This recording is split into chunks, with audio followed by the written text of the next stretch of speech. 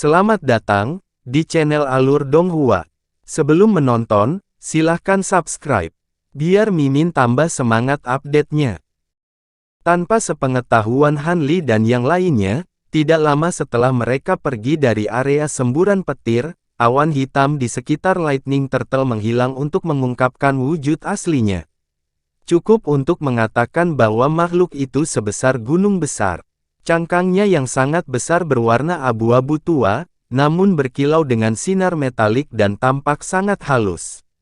Yang lebih aneh lagi adalah 4 anggota badan kura-kura itu terlihat, tetapi kepala dan ekornya tidak terlihat. Tampaknya mereka telah sepenuhnya ditarik ke dalam cangkangnya. Pada titik ini, semburan petir sudah mengamuk dengan kekuatan penuh, dan seluruh langit telah diselimuti oleh cahaya biru. Baut petir biru dengan ukuran berbeda jatuh seperti hujan dari langit yang gemilang di atas. Yang terkecil masing-masing panjangnya hanya sekitar 1 kaki sedangkan yang terbesar panjangnya lebih dari 100 kaki. Semuanya runtuh dalam hiruk-pikuk, dan ledakan petir adalah satu-satunya suara yang bisa terdengar. Tubuh besar Lightning Turtle mampu menahan sambaran petir yang tak terhitung jumlahnya yang turun dari atas. Begitu busur petir bersentuhan dengan tubuh kura-kura. Yang lebih luar biasa lagi adalah kura-kura itu memancarkan semburan cahaya putih, yang menarik busur petir di sekitar ke arahnya seperti magnet. Dengan demikian, sebagian besar petir di dalam semburan petir diserap secara paksa oleh kura-kura ini ke dalam tubuhnya. Kura-kura itu berenang perlahan di udara, tampaknya benar-benar menikmati dalam semburan petir. Tiba-tiba, keempat anggota badan kura-kura raksasa itu goyah dan ditarik ke dalam cangkangnya. Hampir pada saat yang sama, fluktuasi spasial meletus di dekatnya saat semburan cahaya berwarna-warni keluar dari udara tipis.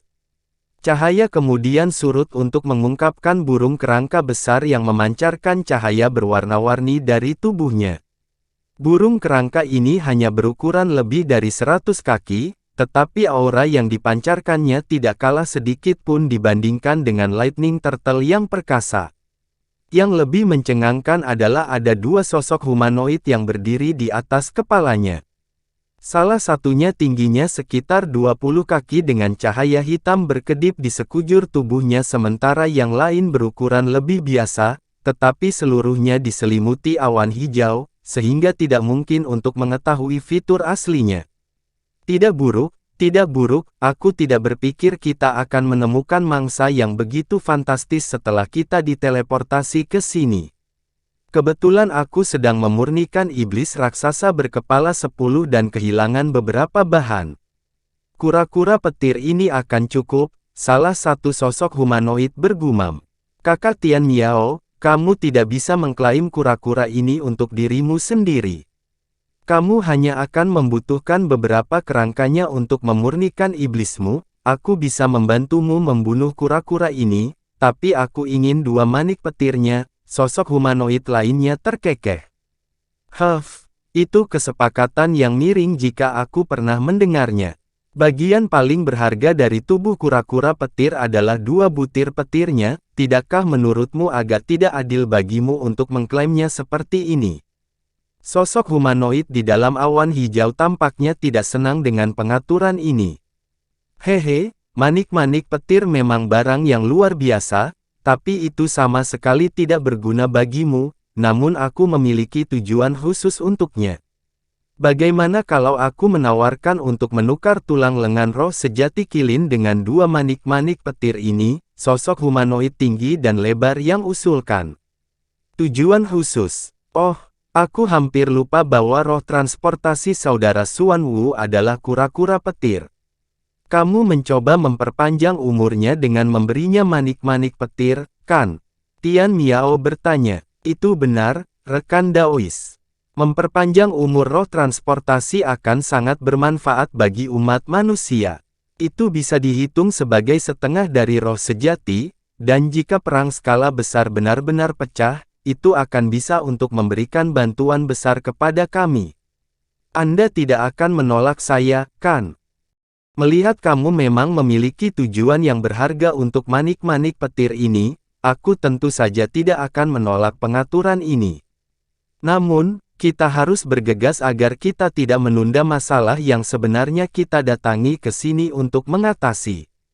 Kami tidak di sini dalam ekspedisi mencari sumber bahan, jangan lupa bahwa kita telah diberi misi penting.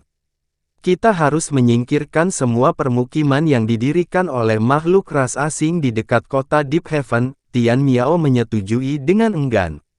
Haha, jangan khawatir, kita akan memiliki lebih dari cukup waktu. Kekuatan gabungan kita bersama dengan boneka yang kamu sempurnakan dari sisa-sisa Phoenix Pelangi Primordial itu akan dapat menangani penyu petir ini dalam waktu singkat. Xuan Wu tertawa terbahak-bahak sebelum naik ke udara dengan tinjunya terkepal dan menyerbu langsung ke semburan petir. Beberapa saat kemudian, ledakan yang menghancurkan bumi meletus dari dalam semburan petir, diikuti oleh raungan mengerikan yang sama dahsyatnya. Sementara itu, Tian Miao menggelengkan kepalanya dengan desahan lemah saat dia berdiri di atas boneka Phoenix Pelangi, tampaknya merasa agak jengkel dengan temperamen pendek rekannya. Namun, dia segera membuat segel tangan, di mana kerangka burung Phoenix di bawah kakinya membengkak secara drastis hingga berukuran lebih dari 1000 kaki dalam sekejap mata. Phoenix kerangka kemudian juga terjun ke semburan petir. Kura-kura petir mengeluarkan raungan yang memekakkan telinga. Sementara itu, Han Li dan yang lainnya melanjutkan perjalanan mereka, sama sekali tidak menyadari peristiwa yang terjadi di dalam semburan petir. Ternyata, Long Dong benar dalam menyatakan bahwa mereka kemungkinan besar akan menghadapi lebih banyak bahaya sepanjang perjalanan. Selama sekitar 1 bulan berikutnya, Bahtera Roh terus melakukan perjalanan dengan kecepatan tinggi sambil diselimuti awan ilusinya, tetapi mereka masih dilanda berbagai situasi berbahaya. Jika bukan karena mereka berlima menggabungkan kekuatan lagi untuk segera mengevakuasi Bahtera dari area itu, kemungkinan besar Bahtera itu akan dilahap sepenuhnya oleh serangga dalam sekejap mata. Tidak lama setelah itu, fluktuasi spasial tiba-tiba meletus di depan saat seekor burung berkepala 2 yang panjangnya lebih dari 1000 kaki muncul dari udara tipis. Tubuh burung ini seluruhnya berwarna keemasan dan memancarkan ki spiritual yang menakjubkan. Itu makhluk menakutkan yang tidak kalah kuatnya dengan Lightning Turtle itu. Hati semua terkejut, apakah burung itu telah menemukan Bahtera Roh mereka?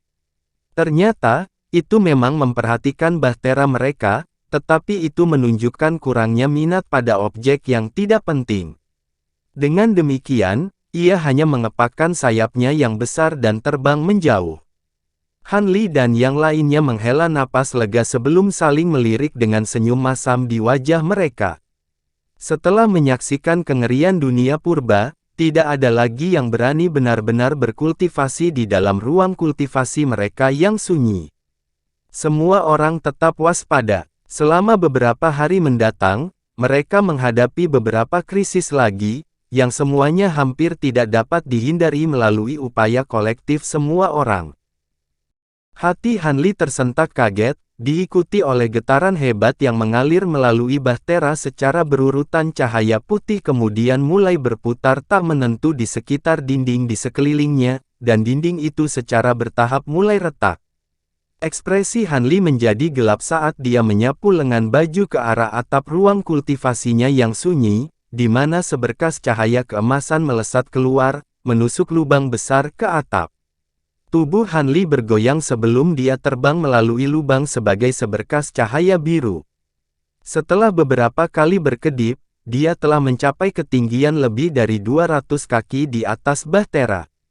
Baru kemudian dia mulai dengan hati-hati memeriksa sekelilingnya. Pada saat ini, beberapa seberkas cahaya lainnya juga dengan cepat melesat keluar dari dalam Bahtera.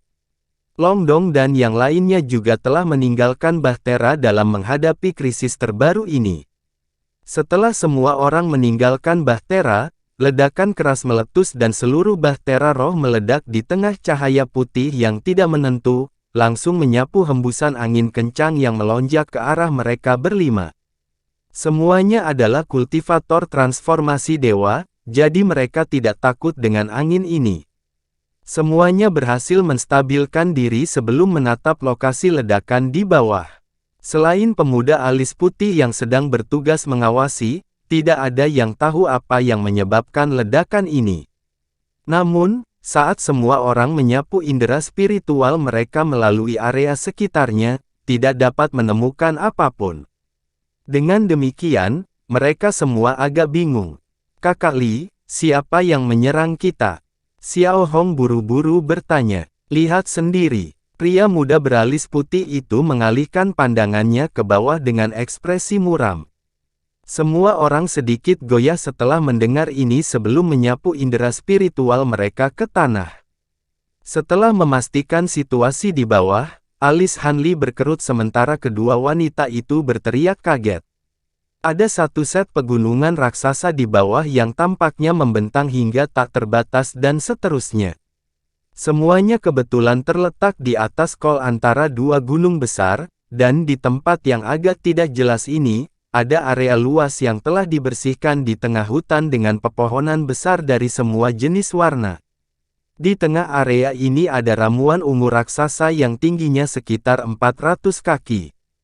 Masing-masing daun ramuan mencapai langsung ke atas, dan ada duri yang tampak sangat tajam yang tak terhitung jumlahnya tumbuh di sekitarnya.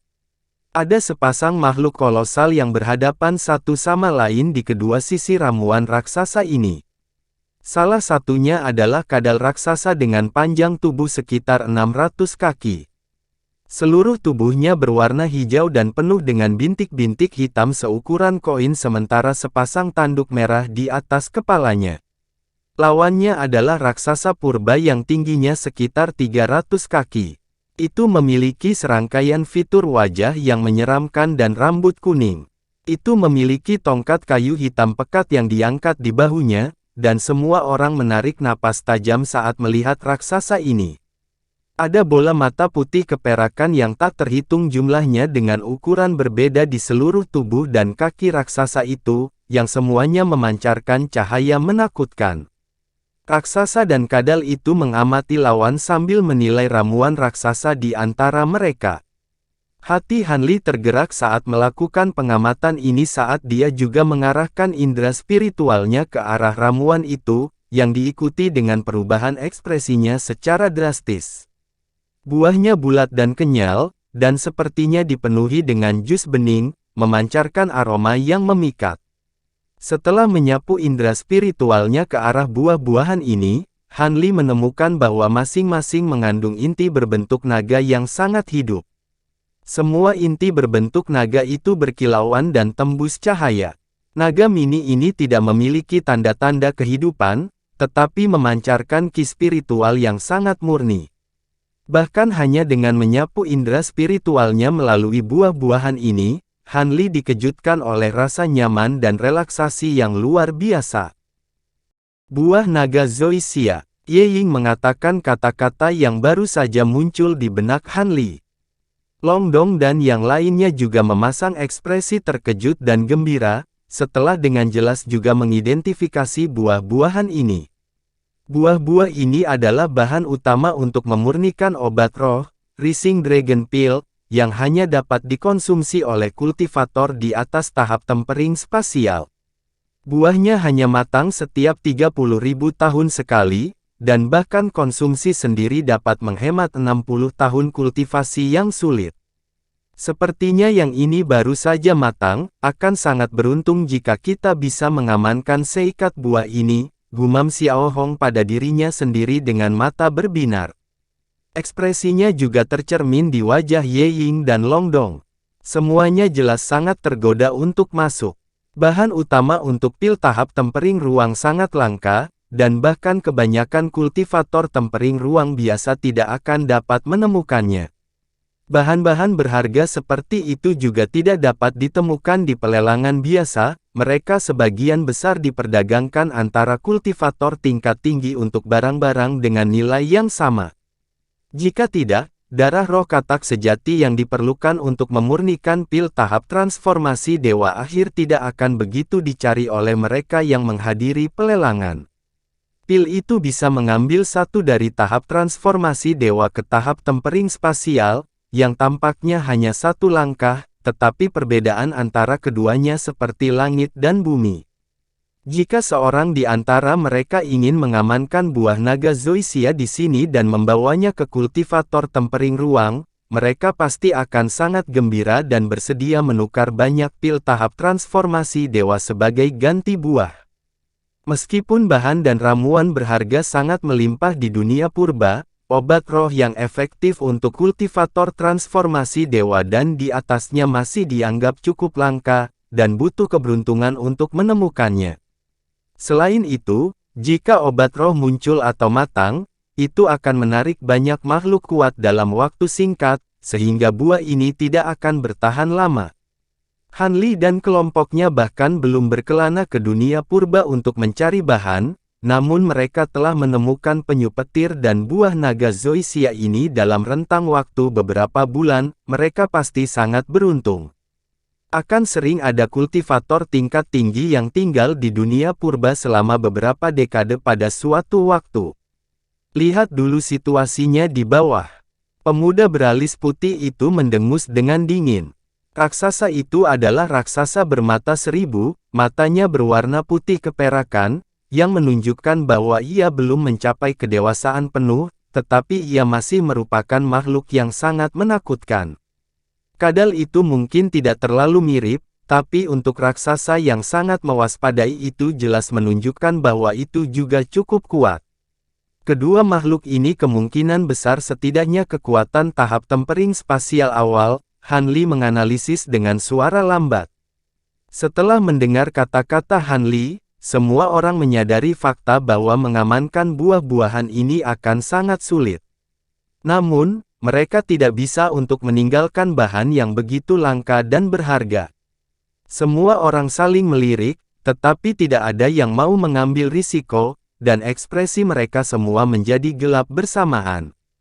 Tepat pada saat ini, suara mendengung terdengar dari kejauhan, menarik perhatian semua orang ke arah itu.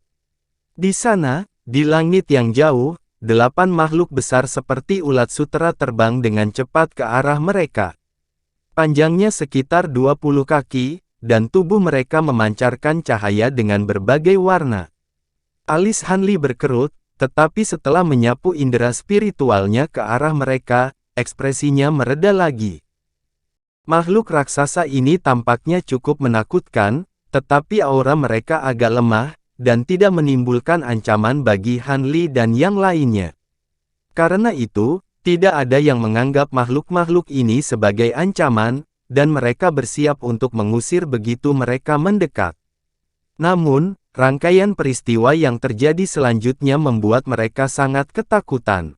Ketika makhluk-makhluk ini masih lebih dari 1000 kaki jauhnya, mereka kebetulan terbang tepat di atas kadal besar itu. Kadal itu tiba-tiba membuka guanya, menyemburkan sesuatu dari dalam. Salah satu ulat sutera raksasa tiba-tiba menghilang, membuat seluruh kawanan menjadi panik dan berantakan. Ulat sutera yang tersisa berputar-putar tak menentu di udara, melepaskan pekikan kaget dan amarah yang tajam. Long Dong dan yang lainnya sangat terkejut melihat ini. Han Li menyipitkan matanya saat gumpalan cahaya biru melintas di pupil matanya. Dalam sekejap ulat sutera raksasa berikutnya menghilang, dia akhirnya bisa mengetahui apa yang terjadi dengan bantuan dari Brightside Spirit Eyes. Ulat sutera raksasa itu tidak benar-benar menghilang begitu saja. Perut mereka ditusuk oleh lidah yang hampir transparan yang keluar dari mulut kadal dengan kecepatan luar biasa, kemudian diseret ke dalam mulut besar kadal sebagai makanan setelahnya. Hanya saja kecepatan lidahnya dapat terbang di udara cukup tidak masuk akal, sehingga memberikan ilusi kepada semua orang bahwa ulat sutera raksasa itu menghilang. Dalam sekejap mata, semua ulat sutera yang tersisa juga ditelan oleh kadal raksasa, yang kemudian berbaring di tanah dengan cara yang benar-benar tidak bergerak. Sedikit keheranan muncul di mata Han Li saat dia mengalihkan pandangannya ke arah kadal. Long Dong telah melepaskan teknik rahasia, sehingga memungkinkan dia untuk juga melihat lidah kadal besar itu, dan dia menarik napas dalam-dalam dengan ekspresi muram ketika dia berkata, ini mungkin binatang purba yang bermutasi. Aku tidak memiliki kekuatan ofensif yang menghancurkan seperti itu. Sepertinya bahtera roh kita juga dihancurkan oleh lidah makhluk ini. Tapi kita berdiri di sini, kenapa dia tidak menyerang kita dibandingkan dengan serangga raksasa itu? Ye Ying memiringkan kepalanya ke samping dengan sedikit kebingungan di wajahnya. Siapa tahu, mungkin kita terlalu kecil untuk kadal, atau mungkin serangga raksasa itu adalah makanan favoritnya, Xiao Hong berspekulasi dengan senyum tipis. Ye Ying mengangguk, tampaknya mendapat kesan bahwa spekulasi Xiao Hong cukup masuk akal. Jangan buang waktu lagi dengan obrolan kosong. Tak satu pun dari kita ingin menyerah pada buah naga Zoysia ini kan? Melihat kesempatan cemerlang seperti itu telah diberikan kepada kita, aku bahkan tidak mau melepaskannya bahkan jika aku di sini sendiri. Sedikit keserakahan melintas di mata pemuda alis putih itu saat dia berbicara. Ada dua makhluk tahap tempering spasial di bawah, kamu benar-benar berani, Saudara Li, Ye Ying terkikik. Jika hanya ada satu tahap tempering spasial yang ada, maka aku mungkin akan segera pergi. Namun, dengan dua di sini, kita memiliki beberapa peluang, kata pemuda alis putih dengan suara dingin. Oh, maksudmu, Ye Ying segera mengetahui apa yang dia rencanakan. Itu benar, binatang purba yang bermutasi ini cukup merepotkan untuk dihadapi, tapi raksasa bermata seribu itu juga tidak bisa diejek, bahkan jika itu belum mencapai kedewasaan penuh. Dalam pertempuran antara mereka berdua, keduanya kemungkinan besar akan berakhir dengan luka parah, bahkan mungkin satu atau keduanya akan mati. Jika kita menyerang, kita akan memiliki peluang yang layak, Long Dong terkekeh sambil menggosok kedua tangannya. Berapa lama kita harus menunggu sebelum pertempuran pecah? Bagaimana jika mereka tidak melakukan apapun selama berbulan-bulan? Xiao Hong menggelengkan kepalanya. Itu memang harus dipertimbangkan. Lagi pula, kita telah ditugaskan dengan misi penting dan kita tidak bisa tinggal di sini terlalu lama, Long Dong setuju. Tidak peduli seberapa mendesak situasinya, setidaknya kita memiliki banyak waktu di sini. Ini adalah buah naga Zoysia. Mereka pasti layak untuk ditunda. Bahkan jika kedua makhluk tahap tempering spasial itu bertempur satu sama lain dan berakhir dengan luka parah, serangan mereka tidak akan mudah ditangani. Satu atau lebih dari kita mungkin binasa selama proses itu. Jika Anda bertanya saya, kita harus terus maju dan tidak mengambil jalan memutar yang sembrono. Long Dong juga sangat tertarik pada buah naga Zoysia ini, tetapi mereka tidak dapat dibandingkan dengan peristiwa besar lainnya yang dia sembunyikan di dalam hatinya, jadi dia tidak ingin mengambil risiko apapun, itulah sebabnya dia menganjurkan untuk hati-hati. Saya juga berpikir bahwa itu bukan keputusan yang bijaksana bagi kita untuk mencoba dan mengamankan buah-buahan ini.